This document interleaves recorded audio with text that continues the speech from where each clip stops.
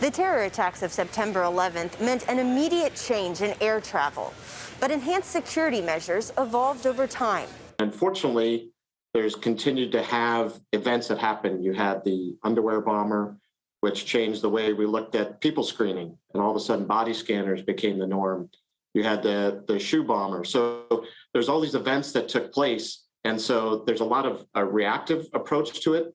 By being proactive, however, the TSA and its partners have worked to stay ahead of potential threats. We need to continuously be innovative, and we need to continuously come up with new methods of improving security. We have to keep coming up with new methods of doing it because our adversaries are also continuously looking at new ways to defeat what they know we have. Kannan Krishnaswamy works at the U.S. Department of Energy's Pacific Northwest National Laboratory. One of its missions is national security, and researchers are behind many of the screening technology in airports today. The portals that you go through with your hands above your head, that came out of the laboratory. In fact, we lovingly at the laboratory, we call this the PNNL salute. Those scanners use millimeter wave technology.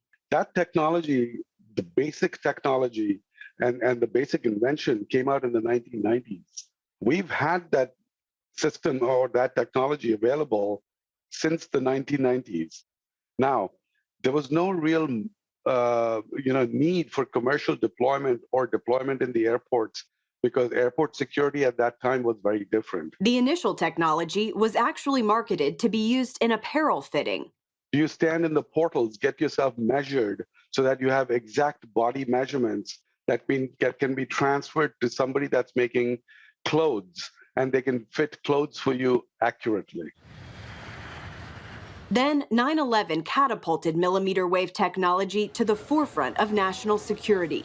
So that's the older generation of the technology that is currently being sold even today at the airports. PNNL researchers are constantly working on taking their technologies one step further, and now a second-generation millimeter wave system is close to being deployed. The way Hexwave works is, first of all, it's a walk-through portal, and it uses radio frequency and real-time 3D video rate imaging, so we can determine if an individual has a threat on their body. We've trained it to ignore some of the common benign objects, so you won't have to divest. So your phone, your keys, your belt, wallet, watches, glass cases. We use the AI so we can provide automated decisions to a security operator to process people at speed. Bill Frame, the CEO of Liberty Defense, which developed Hexwave, says the key differentiator between it and existing technologies is the ability to detect non-metallic threats. And as you know, the people trying to do and defeat the system to do harm, they're being more creative. They're using 3D plastic guns. They're using liquid explosives.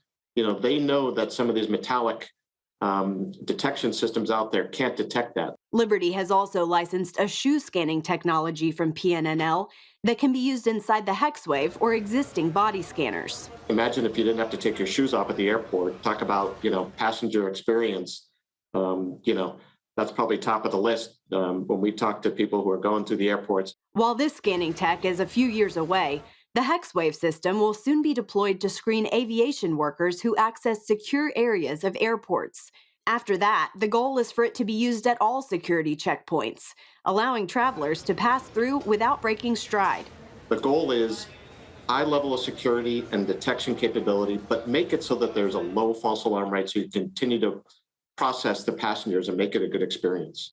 Some other interesting technology coming down the pipeline includes the ability to differentiate between powders and liquids in baggage, and a way to detect explosives in their vapor form so that bomb-sniffing dogs are no longer needed.